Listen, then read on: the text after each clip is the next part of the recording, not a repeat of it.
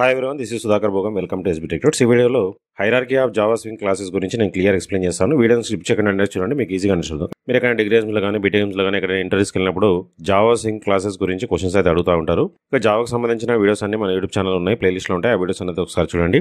ఇక వీడియోని స్టార్ట్ చేసే ముందు మన ఛానల్ ఎవరైతే కొత్తగా చూస్తున్నారైతే వెంబడే సబ్స్క్రైబ్ చేసుకొని పక్కన బెల్ ఐకాన్ ఉంటుంది, అందులో ఆల్ సెలెక్ట్ చేసినట్లయితే మన అప్లోడ్ చేసే వీడియోస్ ముందుగా మీకు నోటిఫికేషన్ వస్తూ ఉంటుంది. అలాగే వీడియోస్ తర్వాత ఒక లైక్ కమెంట్ కంప్లీట్ చేయండి, వీడియో మీ ఫ్రెండ్స్గా షేర్ చేయండి. ఇక్కడ hierarchy of Java Swing classes ఏమేమో ఒకసారి చూద్దాం. అంటే జావా స్వింగ్ని యూజ్ చేయాలంటే వాటికి సంబంధించిన క్లాసెస్ ఉంటాయి. ఆ క్లాసెస్ ఏంటి అనేది ఒకసారి చూద్దాం. ఇక్కడ డయాగ్రామటికల్గా డిజైన్ చేశాను, ఒకసారి చూసినట్లయితే ఫస్ట్ వచ్చేసి ఆబ్జెక్ట్ ఉంటుంది. ఓకే, సో ఆబ్జెక్ట్ నుండి కాంపోనెంట్ క్లాస్ ఉంటుంది. సో మెయిన్గా మనకు ఇక్కడ వచ్చేది ఏంటంటే ఆబ్జెక్ట్లో కాంపోనెంట్ క్లాస్ ఉంటుంది. మళ్ళీ కాంపోనెంట్ క్లాస్లో కంటైనర్ ఉంటుంది, జే కాంపోనెంట్ ఉంటుంది. కంటైనర్లో వచ్చేసి విండోస్ ప్యానల్ ఉంటుంది. మళ్ళీ విండోలో ఫ్రేము డైలాగ్, ప్యానల్ వచ్చేసి అప్లైట్ ఉంటుంది.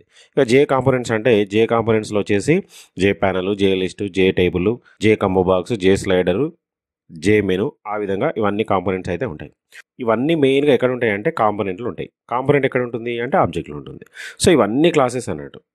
ఓకే, ఏడబ్ల్యూటీలో ఏవైతే ఉంటాయో అవే ఉంటాయి ఇక్కడ కూడా, కాకపోతే ఇక్కడ కాంపోనెంట్స్ అనేవి కొంచెం అడ్వాన్స్గా ఉంటాయి. మనం లాస్ట్ వీడియోలో difference between AWT and swings గురించి చూసాం.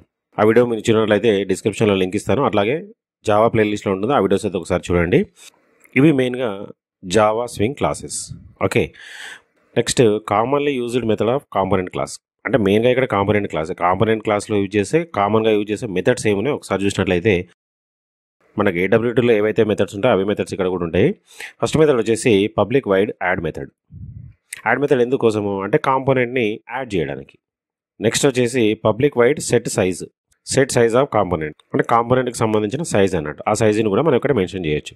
అట్లాగే పబ్లిక్ వైడ్ సెట్ లేఅవుట్ అంటే అరేంజ్మెంట్, ఏ విధంగా అరేంజ్ చేయాలి కాంపోనెంట్స్ని, దానికోసం సెట్ లేఅవుట్ యూజ్ చేస్తాం. అట్లాగే పబ్లిక్ వైడ్ సెట్ విజిబుల్ అంటే కాంపోనెంట్కి సంబంధించిన విజిబిలిటీ. సో ఒక కాంపోనెంట్ క్లాస్లో కామన్గా యూజ్ చేసే ఈ మెథడ్స్ అన్నట్టు. ఓకే, జావాలో స్వింగ్స్ యూజ్ చేసి ఏదైనా ప్రోగ్రామ్ రాయాలంటే కంపల్సరీగా ఈ 4 మెథడ్స్ని అయితే మనం యూజ్ చేయాలి.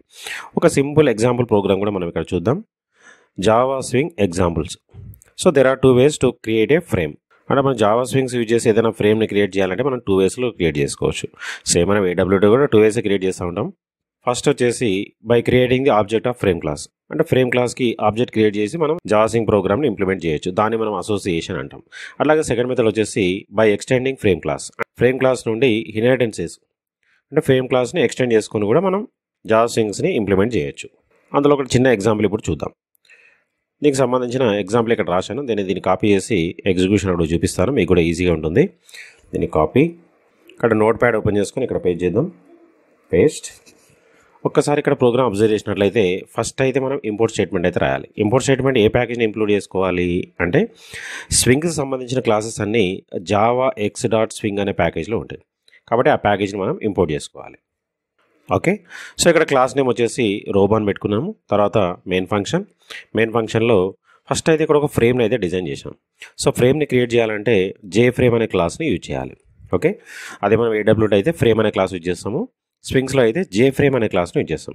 అంటే ఇక్కడ ఎక్స్ట్రాగా జే అనేది ఒకటి ఇంక్లూడ్ అవుతూ ఉంటుంది జావా స్వింగ్ యూజ్ చేసినప్పుడు, అంతే. ఓకే, ఏడబ్ల్యూటీలో అయితే జస్ట్ ఫ్రేమ్ అని యూజ్ చేస్తాము, అదే స్వింగ్స్లో అయితే ఫ్రేమ్కు ముందు జే అనేది యాడ్ చేయాలి. సో ఏడబ్ల్యూటీ కాంపోనెంట్స్ అని నార్మల్గా రాస్తాము, స్వింగ్స్ కాంపోనెంట్కి జే అనే లెటర్ని ముందు యాడ్ చేయాలి ప్రతి కాంపోనెంట్కి, అదొకటి డిఫరెన్స్, మిగతాదంతా సేమ్. నెక్స్ట్ జే బటన్ ఒకటి క్రియేట్ చేసుకున్నాం, అంటే ఒక బటన్ని క్రియేట్ చేసాం క్లిక్ అని చెప్పేసి. సో ఫస్ట్ ఈ బటన్కి అయితే మనం బౌండరీస్ ఇచ్చాము. నెక్స్ట్ ఫ్రేమ్కి బటన్ని యాడ్ చేయాలంటే యాడ్ మెథడ్ యూజ్ చేసాం. తర్వాత సెట్ సైజు అంటే ఫ్రేమ్ సైజ్ ఇది. సో ఫ్రేమ్ ఎంత సైజులో ఉండాలి నీకు, ఆ సైజు ఇక్కడ ఇవ్వాలి, హైట్ విడ్త్. నెక్స్ట్ లేఅవుట్ అంటే కాంపోనెంట్స్ని ఫ్రేమ్లో ఏ విధంగా అరేంజ్ చేసుకోవాలి, నల్లని ఇచ్చినట్లయితే బై డిఫాల్ట్ ఉంటుంది. తర్వాత సెట్ విజిబుల్ అయితే 2 అనే ఉండాలి. Next main function class close. ఇప్పుడు దీన్ని మనం సేవ్ చేసి ఎగ్జిక్యూషన్ అప్పుడు చూద్దాం. ఫైల్లోకి వెళ్ళేసి సేవ్ యాజ్, ఇక్కడ సి డ్రైవ్లో డెమో ఫోల్డర్లో సేవ్ చేస్తున్నాం. ఏ క్లాస్ని ఎంతో సేవ్ చేయాలి, ఇక్కడ రోబోని పెట్టుకున్నాం కాబట్టి robo.java సేవ్. నెక్స్ట్ కంపైల్ చేద్దాం. కమాండ్ ప్రాంప్ట్ ఓపెన్ చేసుకొని ఫస్ట్ cd/బ్యాక్ వచ్చేసేయాలి. ఇప్పుడు మన ప్రోగ్రామ్ ఎక్కడ సేవ్ అయింది, సి డ్రైవ్లో డెమో ఫోల్డర్లో ఉంది కాబట్టి డెమో ఫోల్డర్కి వెళ్ళేసి robo.java ప్రెస్ అండి. ఏమైనా ఎర్రర్స్ ఉంటే మనకు చూపిస్తారు, no errors. Next execution robo చూడండి, ఈ విధంగా మనకు ఒక ఫ్రేమ్ క్రియేట్ అయింది. ఫ్రేమ్లో ఒక బటన్ క్రియేట్ అయిపోయింది. ఏడబ్ల్యూడే కూడా సేమ్ ఉంటుంది. ఇదే విధంగా స్వింగ్స్లో కూడా ఇదే విధంగా మనకు అవుట్పుట్ వస్తూ ఉంటుంది. సో జావాలో స్వింగ్స్ని ఈ విధంగా మనం ఇంప్లిమెంటేషన్ చేసుకోవచ్చు. సో ఇంకా ఇందులో మనం ఏదైనా జియో అప్లికేషన్ని మనం క్రియేట్ చేసుకోవచ్చు. సో జియో కాంపోనెంట్స్ అన్నింటినీ ఇదే విధంగా మనం ఇంక్లూడ్ చేసుకుంటూ యాడ్ చేసుకుంటూ పోవాలి. ఓకే, సో ముందు వీడియోస్లో ఆల్ కాంపోనెంట్స్ గురించి కూడా నేను ఎక్స్ప్లెయిన్ చేస్తాను విత్ ప్రోగ్రామ్ ఎగ్జిక్యూషన్స్. ఆ వీడియోస్ అనేది మీరు చూడండి. ఈ వీడియోలో మీకు ఏమైనా డౌట్స్ ఉంటే కామెంట్ సెక్షన్లో కామెంట్ చేయండి, నేను దానికి రిప్లై ఇస్తాను. అట్లనే వీడియో మీ ఫ్రెండ్స్ కూడా షేర్ చేయండి, వాళ్ళకు కూడా యూస్ఫుల్ అవుతుంది. ఈ ప్రోగ్రామ్ అయితే నోట్ తీసుకొని క్లియర్గా ఇది రాసేసుకోండి. నెక్స్ట్ వీడియో మళ్ళీ కలుద్దాం. So thanks for watching. Like చేసి subscribe my channel. Thank you.